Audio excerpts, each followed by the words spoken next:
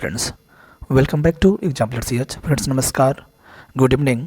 First of all Shivratri की ढेर सारी शुभकामनाएं आप सभी लोगों को। इन्हीं शुभकामनाओं के साथ फ्रेंड्स आज आपके समक्ष English TGT practice paper 23 one liner है।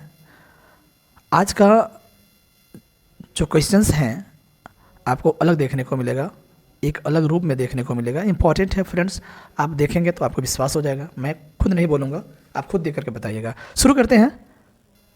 क्वेश्चन नंबर वन है कि अर्ली कॉमेडीज। अर्ली कॉमेडीज में कौन कौन आ जाएगा? तो लव टू इरर्स मैंने लिखा है, आर लेस ओरिजिनल। कह रहे हैं कि जो अर्ली कॉमेडीज़ होते थे ना फ्रेंड्स, वह बहुत ही कम ओरिजिनल हुआ करते थे, उसमें ओरिजिनलिटी की कमी होती थी।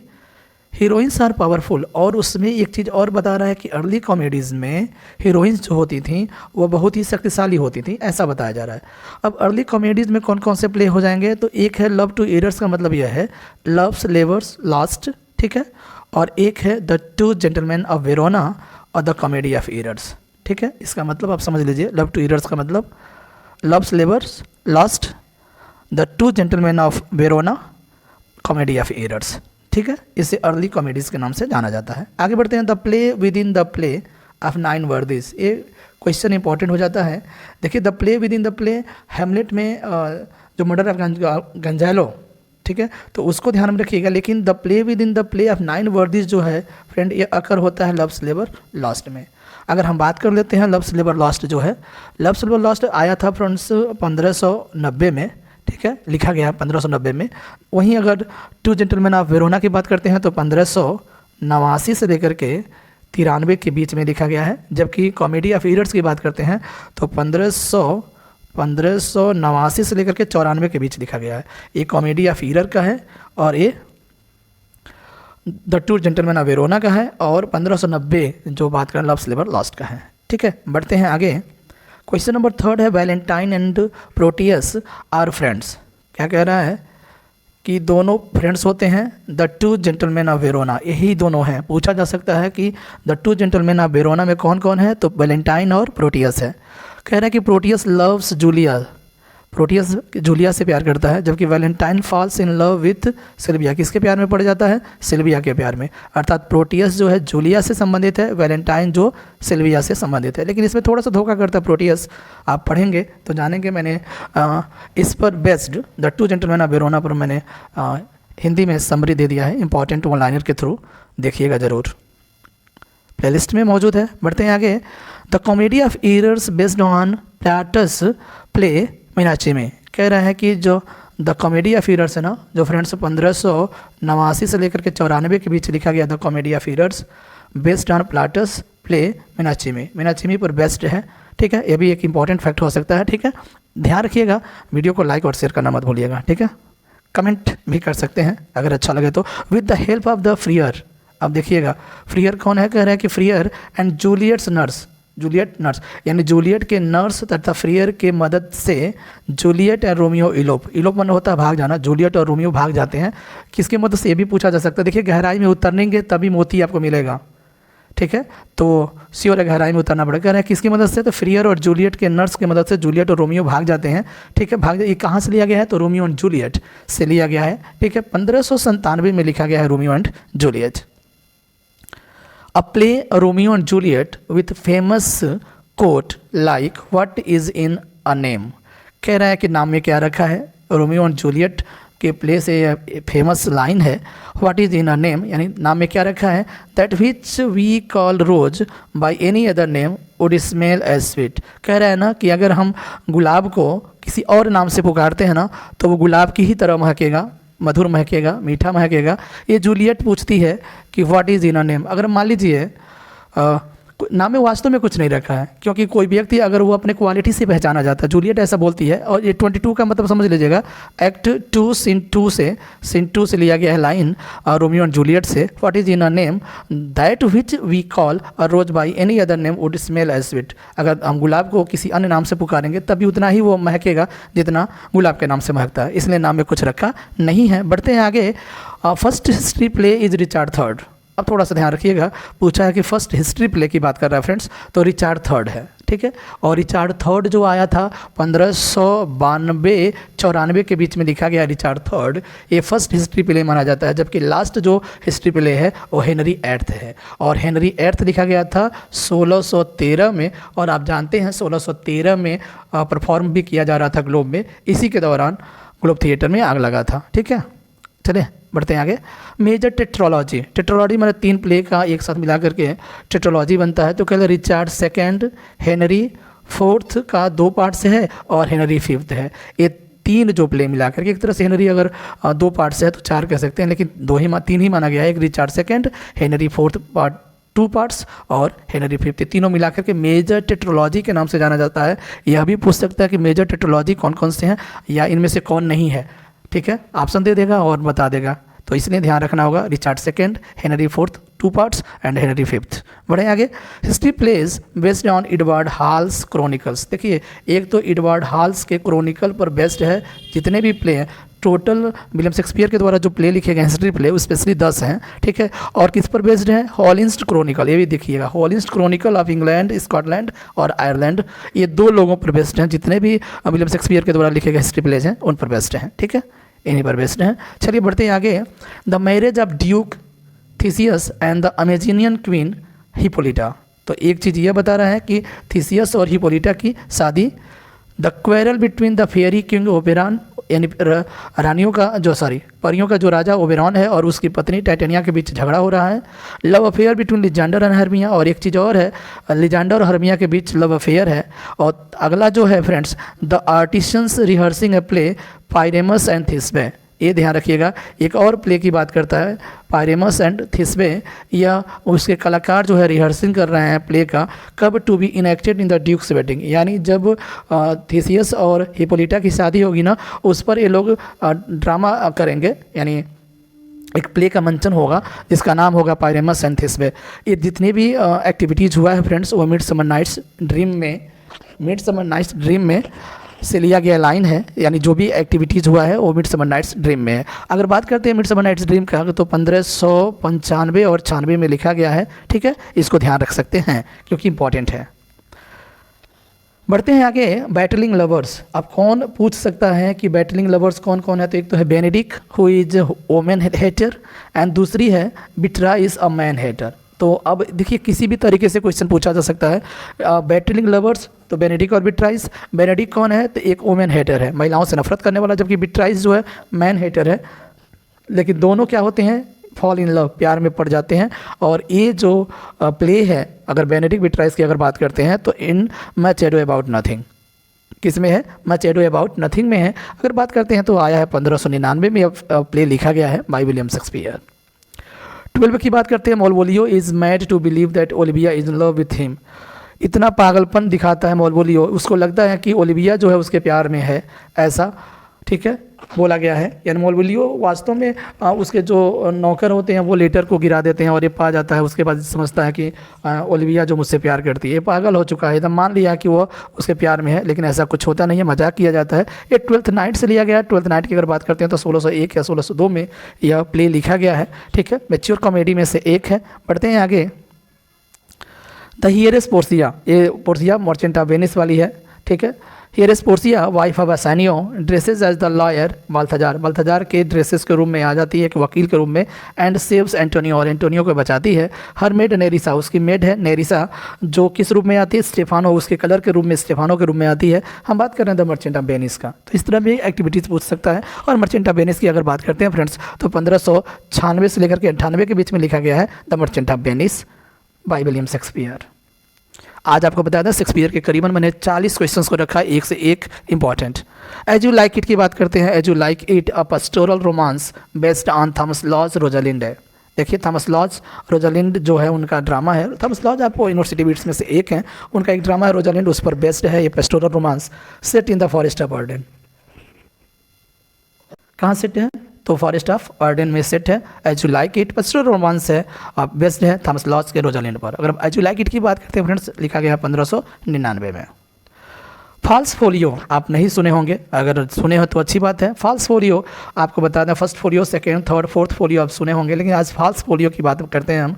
False folio is the term that Shakespeare scholars and bibliographer have applied to William Jaggard's printing of 10 Shakespearean plays together in 1619। तो शेक्सपियर के जितने भी स्कॉलर्स थे या बिब्लियोग्राफर थे, बिब्लियोफाइल समझ रहे हैं ना, पुस्तक प्रेमी कह सकते हैं, जो पुस्तक प्रेमी थे, वे लोग ऐसा बोले हैं, क्या कहे हैं, विलियम जगार्ड के प्रिंटिंग जो 10 शेक्सपियर के प्लेस को प्रिंट कर रहे थे विलियम जगार्ड 1619 में, उसको उन्होंने बोला है फॉल्स फोलियो। अब ध्यान रखिएगा, फॉल्स फोलियो कब आया है? 1619 में आया है। कितने प्ले शामिल हैं विलियम शेक्सपियर के? तो 10 प्ले शामिल हैं। किसके द्वारा प्रिंट किया जा रहा था? तो विलियम जगार्ड के द्वारा किया जाता है। स्टार लगा सकते हैं ऐसे क्वेश्चंस के लिए, ठीक है। आइए बढ़ते हैं आगे। 19 of Shakespeare's play first appear in quarto before the publication of first folio in 1623, यानी 1623 में फर्स्ट फोलियो आया था, उससे पहले क्वार्टो एडिशन में लगभग 19 प्ले पब्लिश हो चुके थे। 1623 के पहले 19 प्ले ऐसे हैं फ्रेंड्स जो क्वार्टो एडिशन में पब्लिश हो चुके थे, और कह रहा है कि 18 और उसमें से जो 18 है ना वो बिफोर हिज डेथ इन 1616 के पहले ही हो चुके थे, यानी 1616 और 1623 के बीच में मात्र एक प्ले है जो क्वार्टो एडिशन में पब्लिश हुआ है, ठीक। तो इसको ध्यान में रखिएगा। 19 टोटल हैं 1623 के पहले, और 1616 से पहले 18 हैं, एक उनके बीच में हुआ है। बढ़ते हैं नंबर 17 की वन डे को एथर्ड, वन डे नहीं है, वन प्ले है, वन प्ले को authored with John Fletcher, John Fletcher के साथ कोलैबोरेट किया गया है। उस प्ले का नाम है the two noble kinsmen. The two noble kinsmen was first published in 1634। ये इंपॉर्टेंट हो सकता है क्योंकि एक ऐसा प्ले है जॉन फ्लेचर के द्वारा और विलियम शेक्सपियर के द्वारा जो 1634 में पब्लिश होता है, यानी फर्स्ट फोलियो में भी नहीं, सेकंड फोलियो में भी नहीं, सीधे 1634 में the two noble kinsmen publish होता है। इसको भी ध्यान में रखिएगा, एक इंपॉर्टेंट फैक्चुअल क्वेश्चन हो सकता है। One play first publish in the first folio later publish in quarto, कह रहा है कि एक ऐसा प्ले है फ्रेंड्स जो सबसे पहले फर्स्ट फोलियो में पब्लिश होता है, यानी 1623 में पब्लिश होता है, लेकिन बाद में क्वार्टो में होता है। ये कौन सा प्ले है? तो उस प्ले को हम बोलते हैं the taming of the shrew, the taming of the shrew, ठीक है ना। The taming of the shrew लिखा गया था 1592-93 में, 1592-93 में लिखा गया है, ठीक है, इसको ध्यान रखिएगा। और 1594 में पब्लिश हो जाता है the taming of the shrew. एक चीज़ और यहाँ बताना था friends, the two noble kinsmen अगर 1634 में पब्लिश होता है तो कब लिखा गया था? तो आपको बताया था 1612 से लेकर के 1614 के बीच में द टू नोबल किंग्समैन लिखा गया है। इसको भी ध्यान रख सकते हैं क्योंकि 1634 में पब्लिश होता है और 1612 और से लेकर के 14 के बीच में लिखा जाता है। चलिए हम बढ़ते हैं सीधे क्वेश्चन नंबर 19 पर। कह रहा है कि शेक्सपियर डाइड ऑन 23 अप्रैल 1616 में 23 अप्रैल 1616 में उनका डेथ हो जाता है। कह रहा है कि to honour this UNESCO establish, यानी उनके सम्मान में यूनेस्को ने, कहीं नहीं पढ़े होंगे ऐसा क्वेश्चन, यूनेस्को ने 23 अप्रैल को international day of the book establish किया है, घोषित किया है। समझ में आया? यानी 23 अप्रैल को international day of the book घोषित किया है किसने? यूनेस्को ने। किसके सम्मान में? शेक्सपियर के डेथ के सम्मान में, मतलब उनके मरने के जो डेथ है उस पर एक सम्मान करते हुए 23 अप्रैल को international day of the book घोषित किया यूनेस्को ने, ठीक है। बढ़ते हैं 20 नंबर के क्वेश्चन पर। What needs my Shakespeare for his honoured bones, यानी मेरे शेक्सपियर के जो सम्मानित हड्डियां हैं उसकी क्या आवश्यकता है? लेकिन कह रहा है कि the labour of an age in piled stones, अर्थात ये ऑन शेक्सपियर जो 1630 में आया था बाय जॉन मिल्टन, उनके द्वारा ये लाइन बोला गया है ऑन शेक्सपियर।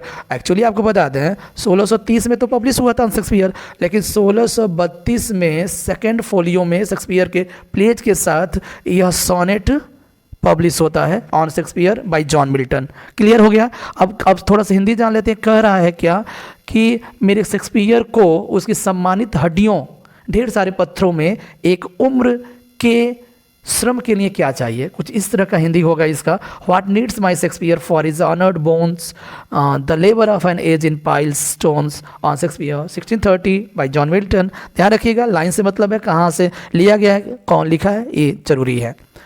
21 की बात करते हैं, दिस सोनेट ऑन शेक्सपियर, वही चीज़ मैं बता रहा था। ऑन शेक्सपियर एक सोनेट है, appeared in the second folio of play by Shakespeare in 1632, यानी 1632 में जो सेकेंड फोलियो आया था फ्रेंड्स विलियम शेक्सपियर के नाटकों के साथ यह sonnet by John Milton publish होता है, अपीयर होता है, ध्यान रखिएगा। द मोरल यानी द नैतिक sure of this fable Othello is very instructive, तो कह रहा है कि यह नैतिक, यह इसका कह सकते हैं, इसका नैतिक संदेश किसका, यानी ओथेलो का। ओथेलो जो एक फेबल है, एक कहानी है, तो कह रहा है कि इसका जो दंत कथा कह सकते हैं, फेबल जो ओथेलो का जो दंत कथा है ना, उसका जो संदेश है, नैतिक संदेश है, निश्चित रूप से क्या है, इंस्ट्रक्टिव है। इंस्ट्रक्टिव मतलब होता है शिक्षाप्रद है, शिक्षाप्रद है, ऐसा बोला गया है थॉमस राइमर के द्वारा ओथेलो को प्रशंसा करते हुए। ठीक है, चलिए बढ़ते हैं, ये भी लाइन इंपॉर्टेंट है, थॉमस राइमर का ध्यान रखिएगा। Among the English Shakespeare has incomparably excelled all others, ये जोसेफ एडिसन ने बोला है फ्रेंड्स, जोसेफ एडिसन का नाम आपने सुना होगा। उन्होंने बोला है कि एमॉन्ग द इंग्लिश यानी सभी इंग्लिश में से शेक्सपियर जो हैं अतुलनीय रूप से सभी से सर्वश्रेष्ठ हैं, अतुलनीय रूप से सर्वश्रेष्ठ प्राप्त किए हैं। कौन, विलियम शेक्सपियर। सभी जितने भी इंग्लिश राइटर्स हैं उनमें से शेक्सपियर ने अतुलनीय रूप से सब में से क्या सर्वश्रेष्ठता प्राप्त किया है। जोसेफ एडिसन ने ऐसा बोले हैं, ये भी इंपॉर्टेंट है, ध्यान रखिएगा। नंबर 24 बात करते हैं, Shakespeare opens a mine, mine माने खदान होता है, खान होता है ना, which contains gold and diamonds in inexhaustible plenty, यानी कह रहा है कि शेक्सपियर ने क्या किया है, एक खदान खोला है जिसमें भरपूर मात्रा में गोल्ड और डायमंड्स हैं। शेक्सपियर ने एक माइन खोला है, माइन समझ रहे हैं, खदान, खान खोला है जिसमें बहुत सारे सोने और गोल्ड्स हैं। इन हॉक्सटिबल मतलब भरपूर मात्रा में सोने और डायमंड्स हैं। सैमुअल जॉनसन ने इस लाइन को बोला है, ध्यान रखिएगा, सैमुअल जॉनसन ने। One day when there is no more Great Britain, कह रहा है कि एक दिन जब ग्रेट ब्रिटेन नहीं होगा, when there is no more United States, जब यूनाइटेड स्टेट्स नहीं होगा, when there is no more the English language, और जब हम इंग्लिश लैंग्वेज भी नहीं होगा, विल एक्सिस्ट शेक्सपियर, तब विलियम शेक्सपियर क्या होंगे, मौजूद होंगे। वी विल स्पीक शेक्सपियर, तब हम क्या कहेंगे, शेक्सपियर को बोलेंगे। किसने बोला है, मचाटो डी एसिस ने बोला है इस लाइन को, ध्यान रखिएगा। जब ग्रेट ब्रिटेन नहीं होगा, यूनाइटेड स्टेट्स नहीं होगा, इंग्लिश लैंग्वेज नहीं होगा, तब हमारे शेक्सपियर होंगे और हम उन्हीं को बोलते रहेंगे। मचाटो डी एसिस ने बोला है विलियम शेक्सपियर को प्रशंसा करते हुए। 26 की बात करते हैं, we talk of Shakespeare's admirable observation of life, तो इन्होंने बोला है कि we talk of Shakespeare's admirable observation of life. Charles Lamb के द्वारा लाइन बोला गया, ये भी लाइन इंपॉर्टेंट है। कह रहा है कि जीवन के सराहनीय अवलोकन की हम बात करते हैं, यानी हम किसकी बात करते हैं, विलियम शेक्सपियर के सराहनीय अवलोकन, यानी जीवन के सराहनीय अवलोकन की बात करते हैं। किसकी सराहनीय अवलोकन, विलियम शेक्सपियर के। ठीक है, विलियम शेक्सपियर के जीवन के सराहनीय अवलोकन की हम बात करते हैं, चार्ल्स लैम्ब के द्वारा बोला गया लाइन है। बढ़ते हैं आगे, yes this Shakespeare is ours, हाँ यह शेक्सपियर हमारा है। वी प्रोड्यूस हिम, हम उन्हें जानते हैं। ठीक है, we speak and think by him, हम उनके अनुसार बोलते और सोचते हैं। We are of one blood and kind, हम एक ही रक्त के और एक ही प्रकार के हैं। कौन, हम और वे बोले हैं, हम कौन हैं, हम हैं। थॉमस कार्लाइल के द्वारा यह लाइन बोला गया है कि है यस यह शेक्सपियर हमारा है, हम ही इनसे हैं, हम उन्हीं के अनुसार बोलते और सोचते हैं, और हमारा जो ब्लड है और हम काइंड है, हमारा एक ही प्रकार है, यानी जैसे वो है वैसे हम लोग हैं। थॉमस कार्लाइल का ये लाइन है, इसको भी ध्यान रखिएगा। बढ़ते हैं 28 की ओर, who wrote the poem when I read Shakespeare, देखिए लग रहा है यस है, लेकिन ये पोएम है when I read Shakespeare, when I read Shakespeare. 1929 में यह पोएम पब्लिश होता है फ्रेंड्स, D.H. लॉरेंस के द्वारा शेक्सपियर के बारे में उन्होंने लिखा है, who wrote the poem when I read Shakespeare. तो D.H. लॉरेंस है, 1929 में पब्लिश होता है यह पोएम। ठीक है, अबाउट शेक्सपियर। इंसिडेंटली, यानी इंसिडेंटली की बात करते हैं तो संयोगवश, इन दिस मीन टाइम, इसी बीच, आई स्टॉप्ड टू बिलीव मतलब होता है मैंने मानना बंद कर दिया, that the author of Shakespeare's, यानी जो शेक्सपियर के वर्क के एथर है ना, were the man of Stratford. Sigmund Freud का यह लाइन है फ्रेंड्स, इंपॉर्टेंट है। इन्होंने ऐसा बोला है कि मैंने यह मानना बंद कर दिया कि शेक्सपियर के रचनाओं के जो लेखक है ना, वो व्यक्ति स्ट्रेटफोर्ड से है। समझ रहे हैं ना, यानी उन्हें विश्वास ही नहीं हुआ। कह रहे हैं कि मैंने मानना बंद कर दिया था कि जितना भी शेक्सपियर की रचनाएं हैं ना, वह व्यक्ति स्टेटफोर्ड से यानी छोटे से जगह से है। सिगमंड फ्राइड द्वारा ये लाइन बोला गया है, स्टार लगा सकते हैं ऐसे वो कोटेशंस पे। चलिए बढ़ते हैं आगे। Shakespeare never takes himself too seriously, Shakespeare ने अपने आप को कभी भी सीरियसली नहीं लिया, गंभीरतापूर्वक नहीं लिया। W.H. एडन के द्वारा ये बोला गया लाइन है, Shakespeare never takes himself too seriously. ये भी इंपॉर्टेंट है फ्रेंड्स। आज का जो वीडियो है ना एकदम सुपर डुपर हिट है। और आपको बता दें इस टोटल 108 क्वेश्चन शिवरात्रि के उपलक्ष्य में 108 क्वेश्चन मैंने इसमें डाला हुआ है।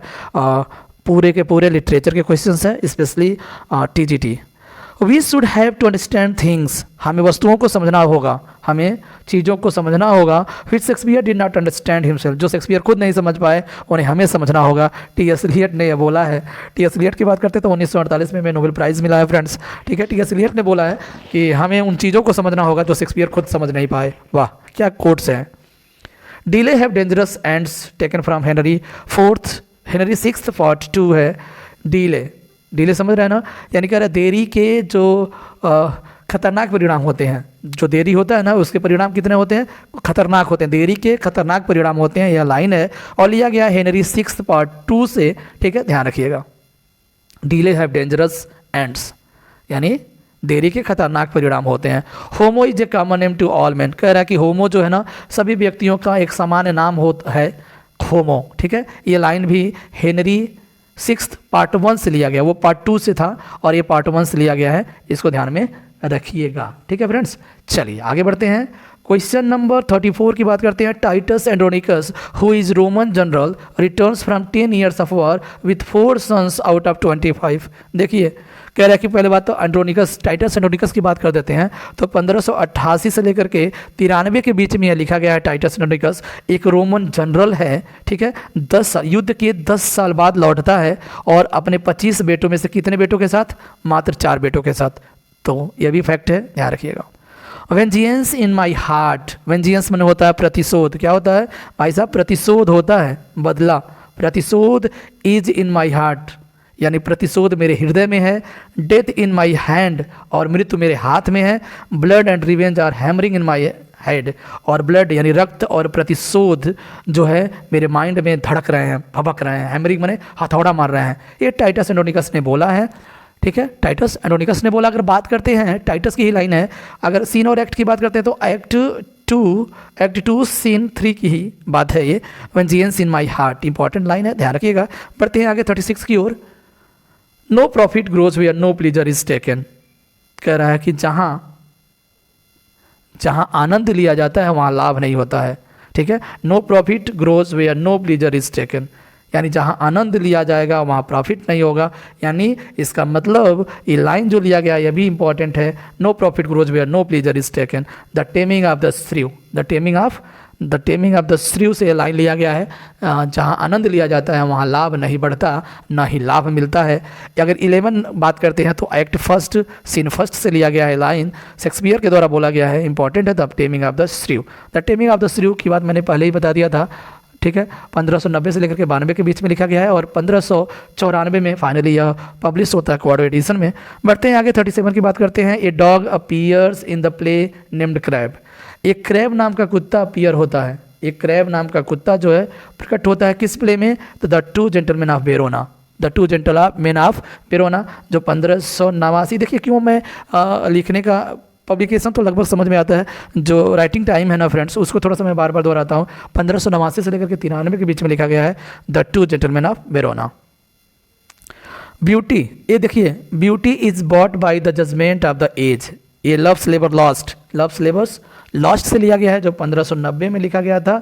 Beauty is bought by the judgement of the age, age मतलब होता है युग, यानी कह रहा है कि युग के यानी सुंदरता जो है युग के निर्णय से खरीदी जाती है। सुंदरता जो है युग के यानी एज के जजमेंट बने निर्णय से खरीदी जाती है।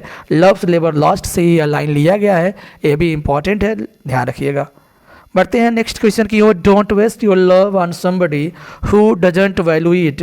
रोमियो एंड जूलियट से लाइन दिया गया है फ्रेंड्स, और रोमियो एंड जूलियट की अगर बात करते हैं तो 1597 में लिखा गया है डोंट वेस्ट योर लव, यानी अपने प्यार को बर्बाद मत करो किसी पर जो तुम्हारे प्यार को महत्व नहीं देता है। डजंट वैल्यू इट, जो उस पर महत्व नहीं देता है उस पर अपना प्यार खर्च मत करो।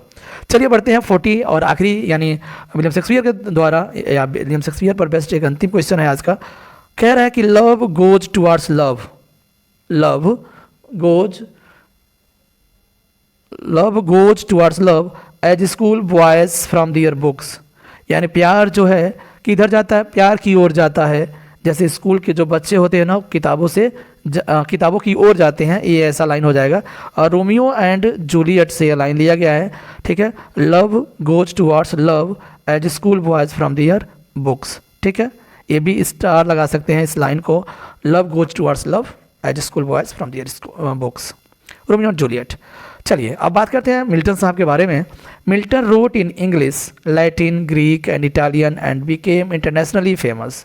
कह रहे हैं कि मिल्टन साहब ने इंग्लिश में लिखा, लैटिन लिखे, ग्रीक लिखे, इटालियन में लिखे और अंतर्राष्ट्रीय रूप से फेमस हो गए। कौन? John Milton. Milton's first Latin LG, ये ध्यान रखिएगा, पहला जो लैटिन एलजी है वो एल्जिया प्राइमा है। क्या है? एल्जिया प्राइमा है। विलियम हैली, ये भी ध्यान रखिएगा, William Hayley in his 1796 biography, यानी 1796 में एक बायोग्राफी आया था, called him the greatest English author, जिसमें विलियम हैली ने जॉन मिल्टन को द ग्रेटेस्ट इंग्लिश एथर के नाम से उस बायोग्राफी में मेंशन किया है। ये क्वेश्चन नंबर 42 था। 43 की बात करते हैं। इन 1644 ही wrote a short tract of education. देखिएगा अभी 1644 में एरोपेजिटिका भी आया है, लेकिन कह रहा है कि of education urging a reform of the national universities, और उसमें किसकी सुधार की बात किया जा रहा है? तो नेशनल यूनिवर्सिटीज़ को सुधार करने का अर्ज किया जा रहा है ऑफ एजुकेशन में, जो 1644 में वो ट्रैक्ट आया था। तो ये भी इंपॉर्टेंट है, ध्यान रखिएगा, ठीक है। बल्कि फ्रीडम ऑफ प्रेस की बात करता है एरोपेजिटिका 1644 में ही। Upon the restoration in May 1660 Milton was briefly imprisoned. क्या कह रहा है कि 1660 में, यानी मई 1660 में मिल्टन को कुछ समय के लिए जेल में बंद किया गया था, अर्थात वो कुछ समय जेल में बंद रहे हैं मई 1660 में, ऐसा बोला जा रहा है। Milton collected his works in 1645। Milton ने अपने सारे वर्क्स को 1645 में कलेक्ट किया, और पोयम है जो पब्लिश बाय हम्फ्री मोस्ली, और जो पोयम्स हैं उसमें से तो वो हम्फ्री मोस्ली के द्वारा पब्लिश होता है 1645 में, जो कलेक्ट किया गया था। John Dryden began the trend of describing Milton the poet of the sublime. उन्होंने ट्रेंड शुरू कर दिया, किसने? जॉन ड्राइडन ने ट्रेंड शुरू कर दिया मिल्टन को वर्णन करने के लिए, the poet of the Sublime, the poet of the Sublime, ये भी ध्यान रखिएगा। Milton is the central problem in any theory and history of poetic influence in English. Harold Bloom का यह कोट है कि Milton is the central problem. Milton क्या है? एक सेंट्रल मतलब केंद्रीय समस्या है इन एनी थियरी, किसी भी थियरी या पोएटिक जो इन्फ्लुएंस का जो हिस्ट्री है उसका इंग्लिश में। तो ये हारोल्ड ब्लूम के द्वारा बोला गया कोट है, Milton is the central problem. Milton's Areopagitica is cited, cited मैंने होता है उदाहरण दिया जाता है प्रायः। एरोपेजिटिका जो है फ्रेंड्स 1644 में आया है, ये भी ध्यान रखिएगा, एक प्रोज है, और कह रहा है कि इसका उदाहरण दिया जाता है कि first amendment to the United State constitution, यानी यूनाइटेड स्टेट्स का जो संविधान है ना, उसे पहला अमेंडमेंट माना जाता है, ठीक है, एरोपेजिटिका, ये भी इंपॉर्टेंट है। A good book is the precious life blood of a master spirit. कह रहा है कि एक अच्छी पुस्तक जो है ना, जो अच्छी एक पुस्तक है, एक महान आत्मा का अनमोल जीवन रक्त है, एक महान आत्मा का जीवन रक्त है, कीमती जीवन रक्त है। Involved and treasured upon purpose to life beyond life, यानी एक जीवन के लिए, यानी जीवन से परे जीवन के लिए उसे सुरक्षित और संजो करके रखा गया है, सुरक्षित और संजो करके रखा गया है। ये एरोपेजिटिका की लाइन है, एक अच्छी किताब के बारे में बोला गया है फ्रेंड्स, इंपॉर्टेंट लाइन हो सकता है। आगे बढ़ते हैं। द मास्क आर्काडेस, मास्क दो हैं, एक तो कोमूस है जो 1634 में था, और एक आर्काडेस है जो 1632 में आया है, ये भी मास्क है। Was written in praise of, Earl Bridgewater के लिए कोमूस था, ये क्या है? Praise of Alice Spencer, Alice Spencer की प्रशंसा के लिए मास्क लिखा गया था, जो काउंटेस हैं कहाँ के? डोवागर ऑफ डार्बी, यानी काउंटेस डोवागर ऑफ डार्बी के कौन है? एलिस स्पेंसर के सम्मान में यह आर्काडेस लिखा गया था 1632 में। And com of mind all passion spent is a famous line from Samson अगेनिस्ट। Samson अगेनिस्ट एक वर्ष ट्रेजडी है, वर्ष क्या बोलेंगे, वर्ष ट्रेजडी ही कहेंगे, 1671 में आता है सैमसन अगेनिस्ट, ठीक है।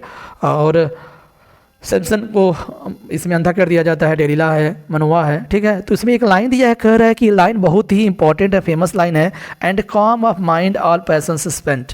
And com of mind, and com of mind का मतलब होता है और मन की शांति, सभी जुनून खत्म हो गए, यानी मन की शांति और सभी जुनून समाप्त हो गए। यह लाइन सैमसन अगेनिस्ट जो 1671 में लिखा गया था बाय जॉन मिल्टन। ध्यान रखिएगा, love virtue she alone is free, ये लाइन फ्रॉम कोमोस। कोमोस आया था 1634 में, ठीक है, और लव ब्रिज वाटर के सामने पेश किया गया था, परफॉर्म किया गया था। Love virtue she alone is free, इसका मतलब है फ्रेंड्स, सदगुण से प्रेम करो वही स्वतंत्र है, यानी सदगुण से किससे प्रेम करो, सदगुण से प्रेम करो वही क्या है, स्वतंत्र है। ये कोमोस की लाइन है। Fame is no plant that grows on mortal soil, Lycidas की लाइन है। फेम इस पर करके एक और लाइन है, उसको भी ध्यान रखिएगा, वो भी लेसिडस से है। लेसिडस आया था 1637 में, लिखा गया था, हॉटन पीरियड का वर्क है।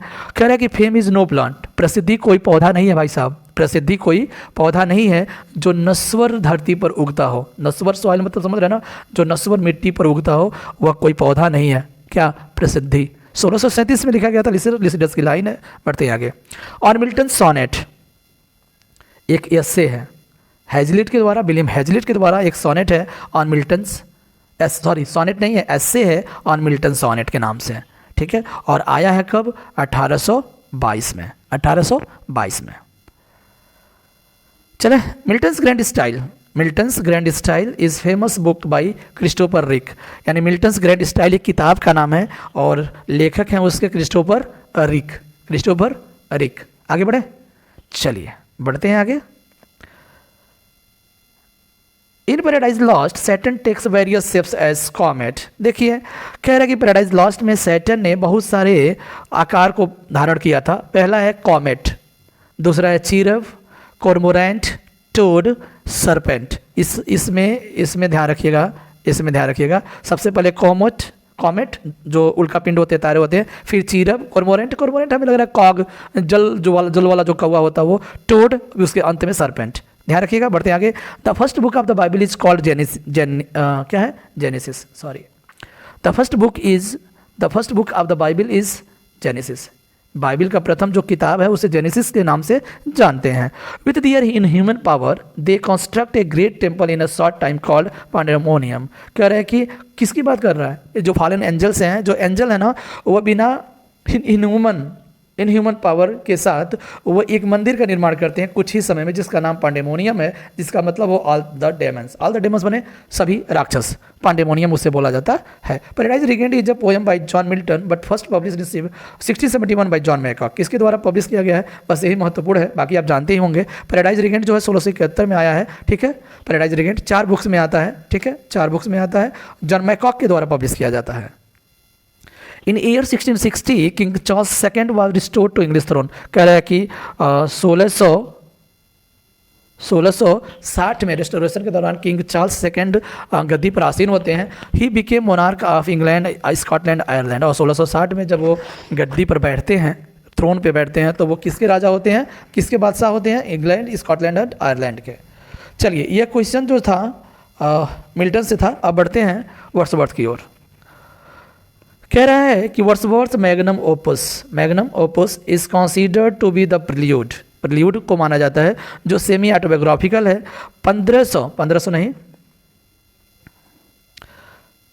1799 से शुरू हुआ था और 1805 में कंप्लीट होता है फ्रेंड्स द प्रिल्यूड, और फाइनली 1850 में पब्लिश होता है after death of William Wordsworth by Hutchinson.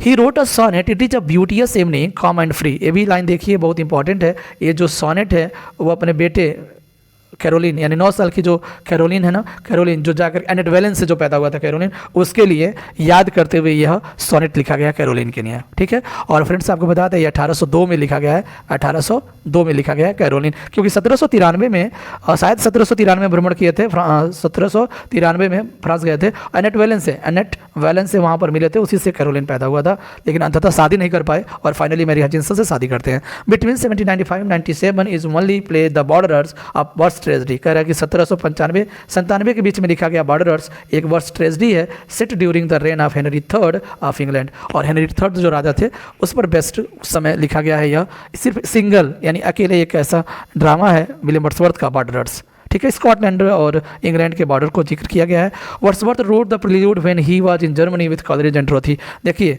अब 1799 से शुरू हुआ था ना, और 1805 में कंप्लीट होता, तो उस दौरान कह रहे हैं कि जर्मनी में थे कॉलरिज यानी एस टी कॉलरिज और डरोथी के साथ। 1795 में आपको बताते हैं, 1795 में कॉलरिज से मिल गए थे, कॉलरिज से कब मिले थे, 1795 में मिले थे, तो तीनों लोग एक साथ थे, तब उन्होंने लिखा था द प्रील्यूड। और आगे बात बता देना, पोएम टू कॉलरिज के नाम से लिखा जाता था, लिखते थे, कोई नाम नहीं दिया गया था। Poem to Coleridge is referred as the first version of the prelude completed in 1805। कह रहा है कि वही फर्स्ट वर्जन माना जाता है द प्रील्यूड का, जो 1805 में कंप्लीट होता है, और पोएम टू कॉलरिज के नाम से ही लिखा करते थे वर्ड्सवर्थ। लंदन 1802 ये एड्रेस टू मिल्टन, और इसने जो लंदन 1802 लिखा है किसने, वर्ड्सवर्थ साहब ने, वो किसको एड्रेस किया गया, संबोधित किया गया, मिल्टन को। In 1838 Wordsworth receive honorary doctorate in civil law. देखिए ऐसे क्वेश्चन भी छोटे छोटे क्वेश्चन है, कह रहे हैं कि एक ऑनररी डॉक्टरेट की सिविल लॉ में उपाधि उन्हें मिला, कब, 1838 में। यह जिक्र नहीं किया गया होगा, आप देख लीजिए। In 1842 he was awarded civil list pension of 300 pound a year, और उन्हें अवार्ड दिया गया था सिविल लिस्ट पेंशन के थ्रू 300 पाउंड एक साल में। 1842 में घटना हुआ है, इसको भी ध्यान रखिएगा। Wordsworth became the only poet laureate to write no official verses, और कह रहा है कि विलियम वर्ड्सवर्थ जो है ऐसे पोएट लॉरेट बने हैं, बने कब हैं, 1843 में, ठीक है। 1843 से लेकर के 50 तक थे, और 1813 से लेकर के 43 तक रॉबर्ट साउदे थे, ठीक है। तो उन्होंने कोई ऑफिशियल वर्सेस नहीं लिखे। ब्राउनिंग एंड हैजलिट, आप लोग जानते होंगे सिर्फ ब्राउनिंग ने बोला है, लेकिन हैजलिट और ब्राउनिंग दोनों ने बोला है वर्ड्सवर्थ को a lost reader. The world is too much with, 1807 में पब्लिश होता है, the world is too much with us is a sonnet by Wordsworth, इसको भी ध्यान में रखिएगा। John Keats called him egotistical sublime, John Keats ने विलियम वर्ड्सवर्थ को इगोस्टिकल सबलाइम के नाम से बोला है। Wordsworth was not a truly great poet and a spoiled child of disappointment, William Hazlitt के द्वारा बोला गया है, एक कोट्स है, Wordsworth was not a truly great poet, कह रहा है कि बहुत ही वास्तव में बहुत महान क्या कवि नहीं थे, and a spoiled child of disappointment यानी निराशा के एक बर्बाद बच्चे थे, ऐसा बोला है हैजलिट साहब ने, ठीक है, वर्ड्सवर्थ को। Poetry is breath and a finer spirit of all knowledge, कह रहा है कि पोइट्री जो है ना, पोइट्री जो है सभी ज्ञान का एक सुंदर आत्मा है, और साथ ही साथ सांस भी है, ब्रीथ मतलब सांस, ठीक है, इसको ध्यान में रखिएगा।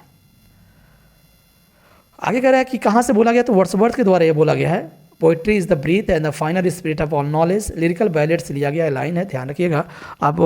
पोइट्री इज स्पॉन्टेनियस ओवरफ्लो भी विलियम वर्ड्सवर्थ के द्वारा ये दिया गया डिफिनीशन। द प्रीफेस कब हुआ था, 1800 में आया था, ठीक है, लिरिकल बैलेट का। Is also called manifesto of romanticism, इसे मैनिफेस्टो ऑफ रोमांटिसिज्म भी कहते हैं, किसको, लिरिकल बैलेट का जो प्रीफेस है। Which female author was fierce critic of Galsworthy, चलिए 76 से हम शुरू करते हैं जॉन गाल्सवर्दी के बारे में। तो कह रहा है कि कौन सी ऐसी फीमेल फियर्स क्रिटिक मतलब भयानक आलोचक थी, वो है वर्जीनिया वुल्फ। किसकी आलोचक थी, बेचारे जॉन गाल्सवर्दी के। John Galsworthy was the son of a lawyer, ये सिंपल क्वेश्चन है लेकिन इंपॉर्टेंट है, एक लॉयर के बेटे थे। Galsworthy met him in 1893। अब हिम किसके लिए आया है, तो वो है जोसेफ कॉनरैड, जो उनके बहुत ही क्लोज फ्रेंड थे। 1893 में उनसे मुलाकात होता है, और एक formed a lifelong friendship with him, identify him, तो वो जोसेफ कॉनरैड है। John Galsworthy's ideas of drama are found in, तो कह रहे हैं कि द आइडियाज ऑन ड्रामा कहाँ मिला है, द इन ऑफ ट्रांसक्यूलिटी। और द इन ऑफ ट्रांसक्यूलिटी जो आया है फ्रेंड्स 1912 में लिखा गया था, आइडियाज ऑन ड्रामा वहीं से लिए हैं साहब John Galsworthy. As a painter of physical universe, यानी फिजिकल यूनिवर्स के पेंटर के रूप में एंड ऑफ द सोल, और उस आत्मा के रूप में क्या कह रहा है? John Galsworthy is a poet. कौन है? जॉन गाल्सवर्दी एक पोएट है, ऐसा लुइस काज़मियन ने बोला है। लुइस काज़मियन ने बोला है as a painter of physical universe and soul John Galsworthy is a poet. बहुत ज़्यादा पोएम इन्होंने नहीं लिखा है। The lower class was represented Galsworthy's. तो आपको बता दें जो लोअर क्लास है वो फ्रेटर्निटी में, यानी जो 1909 में आता है, फ्रेटर्निटी में दिखाया गया है गाल्सवर्दी के द्वारा द लोअर क्लास को। As a dramatist John Galsworthy belongs to the, एक ड्रामाटिस्ट के रूप में कहाँ से बिलोंग करते हैं? Realist tradition of Jones and Pinero. ये रिपीटेड क्वेश्चन हैं लेकिन इंपॉर्टेंट है। In the Forsyte Saga the Forsyte belong to, ये भी एक रिपीटेड क्वेश्चन है। अ टाइपिकल सिटी फैमिली, आप लोग आया था कब? 1922 में फॉरसाइट सागा, और इसी के लिए उन्हें साहित्य का नोबेल प्राइज़ भी मिला था 1932 में। Justice is a commentary upon the prison administration of that period. AC ward ने बोला है, जस्टिस है 1910 में आया था, ठीक है। Justice is a commentary upon the prison administration of that period, AC ward. Who wrote in chancery, एक नावल है 1920 में आया है, गाल्सवर्दी ने लिखा है। चांसरी 1920 में एक नावल है। जॉन गाल्सवर्दी वेंट टू हारो एंड न्यू कॉलेज ऑक्सफोर्ड, तो कह रहा है कि ऑक्सफोर्ड के हारो और न्यू कॉलेज में वो गए थे पढ़ाई करने के वास्ते, इसको भी ध्यान रखिएगा। John Galsworthy's novel are chiefly occupied with the effect and conflict of class traditions upon society, ठीक है। कह रहा है कि इसके जो नावल है ना फ्रेंड्स, वो एक्यूपाई किए गए हैं, क्या है वो? The effect and conflict of, किसका इफेक्ट और conflict? Class tradition upon society. Social place भी लिखा करते थे, आपको पता है। John Galsworthy got honorary degrees from 7 universities. तो मैं आगे करके कभी बताऊंगा 7 यूनिवर्सिटीज़ से कब कब इन्हें मिला था। अब आगे के जो प्रैक्टिस पेपर होंगे उनमें ज़रूर मैं चर्चा करूंगा कितने 7 यूनिवर्सिटी से ऑनररी डिग्रीज मिला था गाल्सवर्दी को। The character of iron, iron का जो कैरेक्टर है फ्रेंड्स, कहाँ से? फॉरसाइट सागा जो 1922 में पब्लिश होता है, वो एडा पियर्सन से इंस्पायर्ड है। एडा पियर्सन है कौन? तो जॉन गाल्सवर्दी की वाइफ हैं, जॉन गाल्सवर्दी की वाइफ हैं।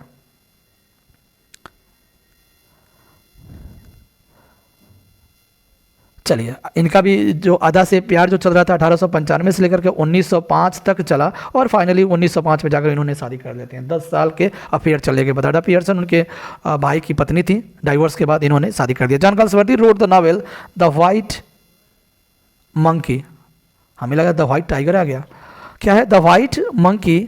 तो जॉन गाल्सवर्दी ने लिखा है 1924 में एक नावल है, ठीक है, द वाइट मंकी। डन, आगे बढ़ते हैं। Galsworthy does not create life but he has interpreted today. Hermon Ould ने बोला है, इस लाइन को आपको मिला नहीं कहीं होगा, इसको ध्यान में रखिएगा। Galsworthy does not create life, वह लाइफ को क्रिएट नहीं करते हैं, but he has interpreted today, लेकिन वो आज क्या करते हैं? आज का जो व्याख्या है, इंटरप्रिटेट करते हैं, आज के जो वर्तमान काल का जो चीज़ें चल रही हैं उसको व्याख्या करते हैं, वो लाइफ को क्रिएट नहीं करते हैं। हरमन ओल्ड के द्वारा बोला गया line, if you can not think about your future you can not have one. Galsworthy ने बोला है, बोल रहे हैं कि ये भी आप भविष्य के बारे में अगर आपको टेंशन नहीं, आप नहीं सोचते हैं, तो आपका कोई अस्तित्व नहीं है, आप कुछ नहीं कर सकते जीवन में। If you can not think about your future, यानी आप यदि अपने फ्यूचर के बारे में नहीं सोच सकते तो आप जीवन में कुछ नहीं कर सकते हैं। गाल्सवर्दी ने ऐसा बोला है। क्वेश्चन नंबर 92 में बढ़ते हैं 93 की ओर। गाल्सवर्दी को यहाँ ख़त्म करते हैं, अब बढ़ते हैं 93 से। कह रहे कि villanelle is a poem of 19 lines. क्या है? विलानेल है ना important. What is a linear plot? Linear plot क्या कह रहा है? कह रहे इट डिस्क्राइब्स इवेंट्स क्रोनोलॉजिकली। कह रहे हैं कि एक क्रोनोलॉजिकली रूप से घटनाओं को वर्णन करना लाइनियर प्लॉट कहलाता है। डन। एज ए सॉन्ग और poem in honour of marriage is called. कह रहा है कि एक गीत हो या कविता हो जो शादी के सम्मान में गाया जाता है, उसे एपिथेल्मियम बोलते हैं। What is a literary man और राइटर ऑफ लिटरेरी वर्क्स? यानी जो लिटरेरी मैन होते हैं, जो साहित्यकार होते हैं, या जो लिटरेरी वर्क्स के राइटर होते हैं, उन्हें लिटरेट बोलते हैं। क्या बोलते हैं? लिटरेट बोलते हैं। A teacher must be cruel to be kind. अब यहाँ देखिएगा भाई साहब, कह रहे क्रूएल और काइंड न एंटीथेसिस है, न ही ऑक्सीमोरन है। A teacher must be cruel to kind, ये फिगर ऑफ स्पीच पैराडॉक्स है। क्या है? Paradox. The term campus novel is associated with Kingsley Amis. जो कैंपस नावल है वह किससे संबंधित है? किंग्सली एमिस से संबंधित है। आगे बढ़िए। What is अवेंट गार्डे? अवेंट गार्डे क्या है? तो कह रहा है कि अवेंट गार्डे जो है new writing that is innovative. कुछ नए जो राइटिंग है, जो इनोवेटिव है, नवाचार हो जिसमें, उसे अवेंट गार्डे बोलते हैं। A short speech not suppose to be heard by other characters of the stage. कह रहा है कि छोटा सा स्पीच है और ऐसा मान लिया जाता है कि स्टेज पर मौजूद अन्य जो कैरेक्टर्स हैं वे नहीं सुनते हैं, उसे असाइड कहते हैं। ठीक, सॉलिलॉकी किसको बोलते हैं? सॉलिलॉकी जो खुद से बात करे वो सॉलिलॉकी होता है। A statement that is accepted as true without proof is called, कह रहे कि एक ऐसा स्टेटमेंट हो जो स्वीकार कर लिया जाए बिना प्रूफ के, वो एक्सियोम कहलाता है। भाई साहब इंपॉर्टेंट है, लिटरेरी टर्म्स हैं सब। A lengthy speech by single person, एक लंबा भाषण हो, स्पीच हो, सिंगल पर्सन ही बोले अकेले, मोनोलॉग कहलाता है। ड्रामेटिक मोनोलॉग, याद है मोनोलॉग।